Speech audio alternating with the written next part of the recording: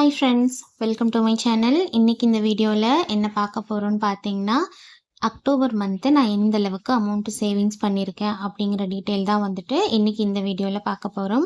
என்னோடய வீடியோஸ் வந்துட்டு ஸ்டார்டிங்லேருந்து பார்த்துட்ருக்கவங்களுக்கு தெரியும். நான் வந்து எவ்ரி மந்த் பட்ஜெட் போட்டு அதிலிருந்து ஒரு அமௌண்ட் வந்துட்டு சேவிங்ஸ் பண்ணுவேன். ஸோ அக்டோபர் மந்த்து எவ்வளோ சேவிங்ஸ் பண்ணியிருக்கேன் அப்படிங்கிறத பார்க்கலாம். அண்ட் இப்போ தான் நீங்கள் என்னோடய வீடியோ ஃபஸ்ட் டைம் பார்க்குறீங்க அப்படின்னா ஸ்கிப் பண்ணாமல் ஃபுல்லாக பாருங்கள். என்னோடய ஐடியாஸ் அண்ட் டிப்ஸ் உங்களுக்கு பிடிச்சிருந்தது அப்படின்னா நீங்கள் ஃபாலோ பண்ணுங்கள், சப்ஸ்கிரைப் பண்ணி சப்போர்ட் பண்ணுங்கள். வாங்க வீடியோக்குள்ளே போகலாம். நான் வந்து எவ்ரி மந்த் வந்து 20,000க்கு பட்ஜெட் போடுவேன். 20,000ல் 10%, அதாவது 2,000 ரூபாய் வந்துட்டு நான் ஃபஸ்ட்டே சேவிங்ஸாக எடுத்து வச்சுருவேன். நான் எந்த அளவுக்கு அமௌண்ட்டு நான் பட்ஜெட் போடுறேனோ அதில் 10% அமௌண்ட்டை வந்துட்டு நான் தனியாக எடுத்து வச்சுருவேன். ஸோ அப்படி தான் எவ்ரி மந்த் நான் வந்து எடுத்து வச்சுருவேன். மீதி இருக்கிற 18,000க்கு தான் நான் வந்து பட்ஜெட் பிளான் பண்ணியிருந்தேன். அதில் என்னென்ன இன்க்ளூட் பண்ணியிருந்தேன் அப்படின்னா, மந்த்லி எக்ஸ்பென்சஸில் வந்துட்டு rent, grocery, milk, rice, cylinder இதெல்லாம் வந்துட்டு நான் மந்த்லி எக்ஸ்பென்சஸில் ஆட் பண்ணியிருந்தேன். பட் இதில் என்னால் எவ்வளோ சேவிங்ஸ் பண்ண முடிஞ்சதுன்னு பார்த்தீங்கன்னா, க்ரோசரியில் ஒரு 200 ரூபாயும், மில்கில் ஒரு 250 ரூபாயும், டோட்டலாக ஒரு 400 ரூபா தான் என்னால் சேவிங்ஸ் பண்ண முடிஞ்சுது. நெக்ஸ்ட்டு பார்த்தீங்க அப்படின்னா வீக்லி எக்ஸ்பென்சஸ்க்கு நான் என்ன ஒதுக்கியிருந்தேன்னு பார்த்தீங்கன்னா, ஃப்ரூட்ஸ் அண்ட் ஸ்நாக்ஸுக்காக ஒரு 2,000 ரூபாய், நான்வெஜ்ஜுக்காக ஒரு 1,200 ரூபாய் ஒதுக்கியிருந்தேன்.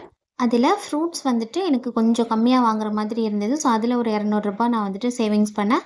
அதே மாதிரி நான்வெஜ்ஜில் ஒரு 200 ரூபாய் சேவிங்ஸ் பண்ணேன். டோட்டலாக ஒரு 400 ரூபாய் கிட்ட நான் வந்துட்டு சேவிங்ஸ் பண்ணேன். எனக்கு டோட்டலாக இது ரெண்டுமே பார்த்தீங்க அப்படின்னா ஒரு 850 ரூபாய் கிட்ட, அதாவது weekly expenses and monthly expenses இதில் மட்டுமே எனக்கு ஒரு 850 ரூபாய் சேவிங்ஸ் ஆச்சு.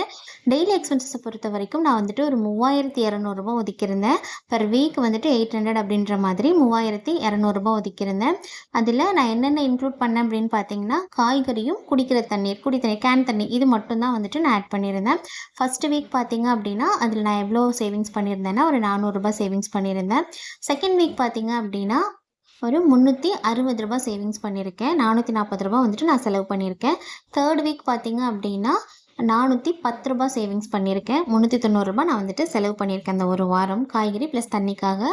அடுத்து பார்த்தீங்க அப்படின்னா ஃபோர்த் வீக் வந்துட்டு நான் 400 ரூபாய் சேவிங்ஸ் பண்ணியிருக்கேன். 400 ரூபாய் செலவு பண்ணியிருக்கேன், 400 ரூபாய் சேவிங்ஸ் பண்ணியிருக்கேன். ஸோ டோட்டலாக எனக்கு 1,570 ரூபாய் வந்துட்டு நான் சேவிங்ஸ் பண்ணியிருக்கேன். இது வந்து டெய்லி எக்ஸ்பென்சஸ், டெய்லி நான் காய்கறி வாங்குறது ப்ளஸ் குடி தண்ணி வாங்குறது இது மட்டுமே நான் வந்துட்டு இவ்வளோ சேவிங்ஸ் பண்ணியிருக்கேன். இப்போ டோட்டலாக நான் எவ்வளோ சேவிங்ஸ் பண்ணியிருக்கேன்னு பார்த்தீங்கன்னா, மந்த்லி எக்ஸ்பென்சஸில் ஒரு 450 ரூபாய், வீக்லி எக்ஸ்பென்சஸில் 400 ரூபாய், டெய்லி எக்ஸ்பென்சஸில் வந்துட்டு ஒரு 1,570 ரூபாய். ஸோ டோட்டலாக 2,420 ரூபாய் சேவிங்ஸ் பண்ணியிருக்கேன். இது வந்துட்டு நான் பட்ஜெட் போட்டதில்லை. செகண்ட் பார்த்தீங்க அப்படின்னா 10% சேவிங்ஸ் அமௌண்ட். நான் பட்ஜெட் போடும்போதே ஒரு சேவிங்ஸுக்குன்னு ஒரு அமௌண்ட் எடுத்து வச்சுருந்தேன் இல்லையா, அந்த அமௌண்ட் 2,000 ரூபாய் நம்ம ஆட் பண்ணோம் அப்படின்னா டோட்டலாக 4,420 ரூபாய் வருது. இதுதான் வந்துட்டு அக்டோபர் மந்த்துக்கான என்னுடைய சேவிங்ஸு. அதாவது 20,000 ரூபாய் பட்ஜெட்டில் நான் வந்துட்டு ஒரு 4,420 ரூபாய் சேவிங்ஸ் பண்ணியிருக்கேன். அந்த அமௌண்ட் எல்லாமே மொத்தமாக இப்போ தான் நான் எண்ண போகிறேன். நான் அப்பப்போ கிடைக்கிற அந்த சேஞ்ச் எல்லாத்தையும் எடுத்து நான் மொத்தமாக ஒரு பர்ஸில் வச்சுருவேன். இதை வந்து மொத்தமாக நான் கவுண்ட் பண்ணி காமிப்பேன். இது என்னோடய வீடியோ வந்துட்டு ரெகுலராக பார்க்குறவங்களுக்கு தெரியும். ஸோ இப்போ இந்த அமௌண்ட்டை கவுண்ட் பண்ணி பார்க்கலாம். எனக்கு கரெக்டாக 4,420 ரூபாய் வருதா அப்படிங்கிறத இப்போ நான் செக் பண்ண போகிறேன். இது பார்த்தீங்க அப்படின்னா மொத்த அமௌண்ட்டு. இதில் வந்துட்டு இந்த அமௌண்ட் என்ன அப்படின்னு பார்த்தீங்கன்னா, ஃபஸ்ட்டு ஸ்டார்டிங்கில் நான் எடுத்து வச்ச அமௌண்ட்டு, அதாவது 10% சேவிங்ஸ் அமௌண்ட்டு 2,000 ரூபாய் எடுத்து வச்சோம் இல்லையா, அந்த அமௌண்ட் இது. ஸோ இதை நம்ம தனியாக வச்சுக்கலாம். இதுக்கப்புறமா நான் வந்துட்டு 500 எல்லாம் தனியாக எடுத்துக்க போகிறேன். அதுக்கப்புறம் 200, அதுக்கப்புறமா 100 ருபீஸாக நான் எடுத்துக்க போகிறேன். இந்த டைம் பார்த்தீங்க அப்படின்னா 500, 200 தான் கொஞ்சம் நிறையா சேவிங்ஸ் பண்ணியிருக்கேன். ஏன் அப்படின்னு பார்த்தீங்கன்னா, நான் வந்துட்டு சேஞ்ச் வந்து அவ்வளோ ஈஸியாக மாற்ற மாட்டேன். இப்போ 500 இருக்குது அப்படின்னா அவ்வளோ ஈஸியாக அந்த சேஞ்சை வந்து மாற்றிட மாட்டேன். என்கிட்ட இருக்கிற சேஞ்ச் எல்லாமே காலி ஆகிடுச்சு, வேறு ஆப்ஷனே இல்லை அப்படின்னா மட்டும்தான் நான் அந்த 500 மாற்றுவேன். ஸோ அந்த மாதிரி தான் நான் வந்துட்டு எப்போவுமே சேவிங்ஸ் பண்ணுவேன். ஸோ அதனால தான் எனக்கு இந்த வாட்டி 500 அண்ட் 200 வந்துட்டு நிறைய இருக்குது. மற்றபடி 100, 50, 20, 10 எல்லாம் ஈஸியாக சேஞ்ச் பண்ணிடுவேன் நான்.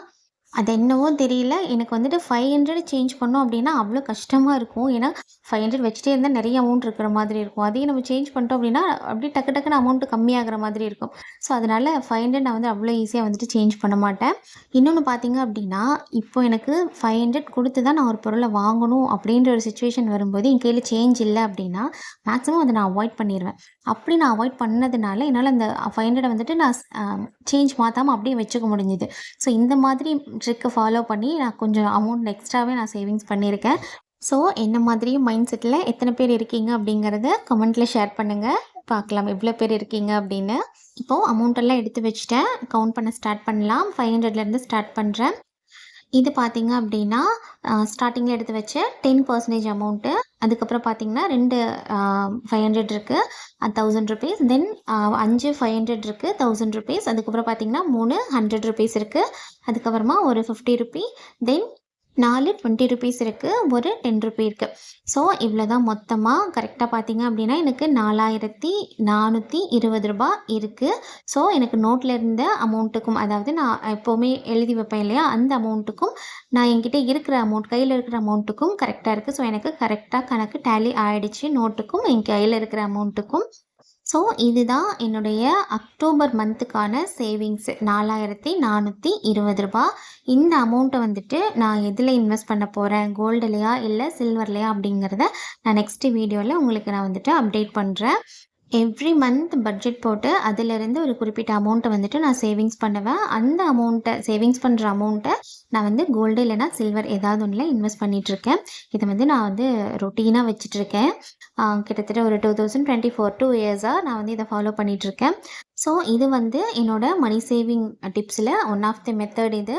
ஸோ பட்ஜெட் சேவிங்ஸில் 4420 ரூபா நான் சேவிங்ஸ் பண்ணியிருக்கேன்.